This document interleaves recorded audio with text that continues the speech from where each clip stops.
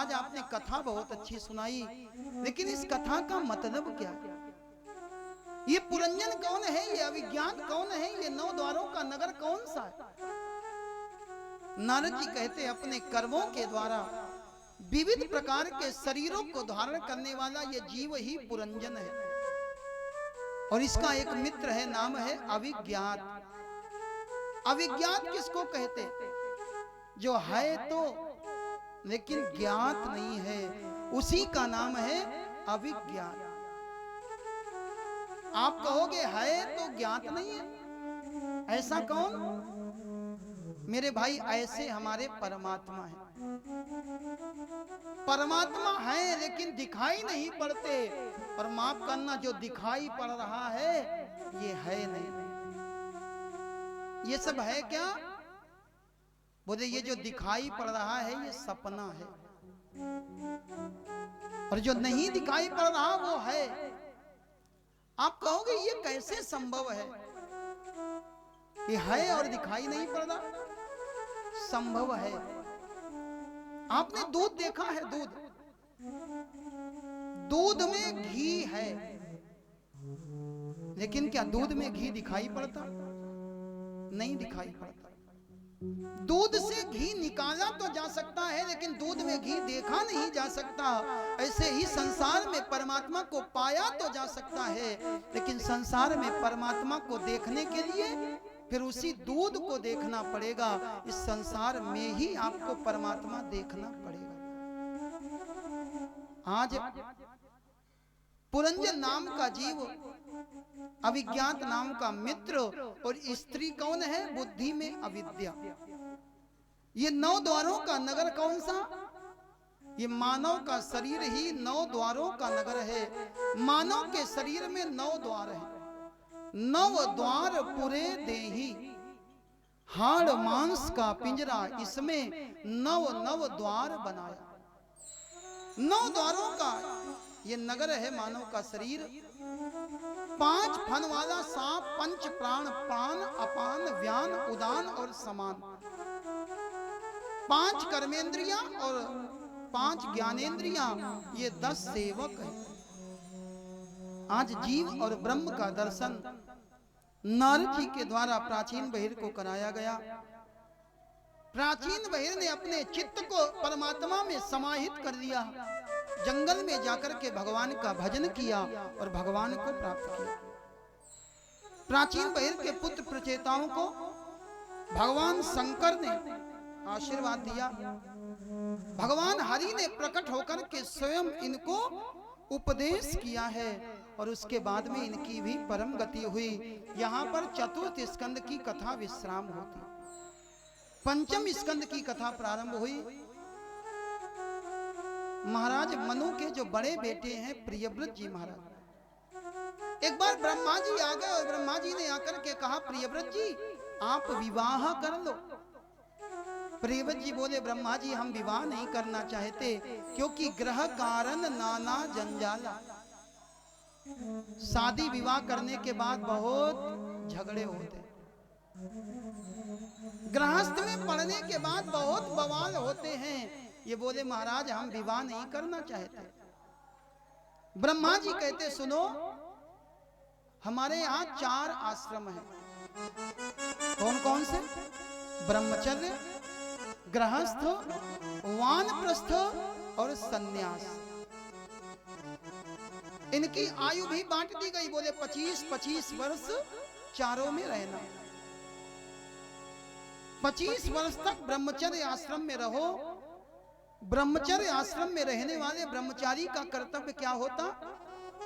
ब्रह्मचारी का कर्तव्य होता है वो गुरु के आश्रम में रहे, विद्या अध्ययन करे और गुरु की सेवा करे। ये ब्रह्मचारी का कर्तव्य। वानप्रस्थी का कर्तव्य क्या होता? वानप्रस्थी का कर्तव्य होता है चाहे घर में रहे चाहे जंगल में रहे, लेकिन मन से सब कुछ त्याग करके केवल भगवान का भजन करे।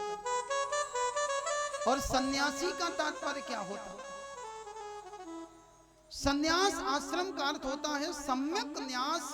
जिसने ठीक प्रकार से सब कुछ छोड़ दिया उसी का नाम है सन्यासी। आपने सन्यासियों को देखा होगा, जब सन्यास धर्म की दीक्षा दी जाती तो बोले मुंडन करा दिया जाता, ये बाल मुड़वा दिए जाते। सन्यासी के बाल मुड़वा दिए जाते, मानो ये उपदेश किया जाता, सन्यासी आज से तुम सन्यास आश्रम में आ रहे हो, आज से तुम मुड़ गए, अभी तक तुम जगत की ओर थे, आज से तुम जगदीश की ओर मुड़ गए।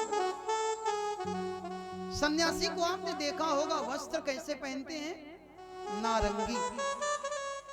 सन्यासी को नारंगी रंग के वस्त्र इसलिए दिए जाते मानो सन्यासी को यह उपदेश किया जाता, आज तक संसार के बहुत रंगों में रंगे, लेकिन आज के बाद नारंगी, आज के बाद संसार के किसी भी रंग में नारंगी नहीं रंगना। सबका अपना अपना कर्तव्य है, ब्रह्मचारी का, वानप्रस्थी का और सन्यासी का, लेकिन इन तीनों को धन कमाने के लिए नहीं बताया गया। धन कमाने की जिम्मेदारी गृहस्थ को दी गई और गृहस्थ के लिए लिखा गया वो धन कमाए। धन कमाने के बाद अपने धन का 10वां हिस्सा दान करे। मेरे भाई विचार करना, इन 4 आश्रमों में एक ही आश्रम है गृहस्थ आश्रम, जो इन तीनों आश्रमों का भरण पोषण कर रहा। ब्रह्मा जी कहते सबसे श्रेष्ठ है गृहस्थ आश्रम। गृहस्थ आश्रम से बढ़कर के कोई आश्रम नहीं, लेकिन हाँ गृहस्थ आश्रम हो कैसा, जिस गृहस्थ आश्रम में पत्नी और पति के बीच में प्रेम हो, जिस गृहस्थ आश्रम में संतान अपने माता पिता की आज्ञा का पालन करते हो, जिस गृहस्थ आश्रम में गुरु और गोविंद की पूजा होती हो, जिस आश्रम में सुबह और शाम तुलसी जी के बिरवा में दीपक जलाया जाता, जिस गृहस्थ आश्रम के दरवाजे पर आया हुआ कभी निराश होकर के नहीं जाता, ब्रह्मा जी बोले ऐसा गृहस्थ आश्रम श्रेष्ठ है और हमको ऐसे ही गृहस्थ आश्रम में रहना चाहिए। आज ब्रह्मा जी ने उपदेश किया, ब्रह्मा जी की बात को प्रियव्रत जी ने मान लिया और इन्होंने विवाह किया। विश्वकर्मा की पुत्री बहिष्मति जी के साथ में इनका विवाह हुआ।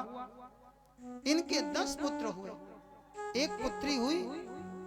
प्रियव्रत के बाद में इनके पुत्र नाभि राजा हुए। नाभि का विवाह मेरु देवी जी के साथ में हुआ।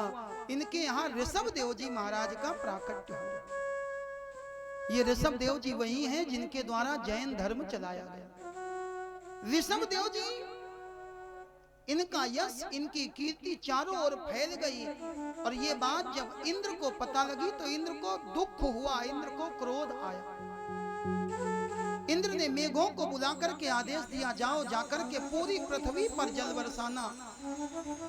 लेकिन जहां पर ऋषभ देव का राज्य है, ऋषभ देव के राज्य में कभी भी जल मत बरसाना। ऋषभ देव के राज्य में जल नहीं बरसा।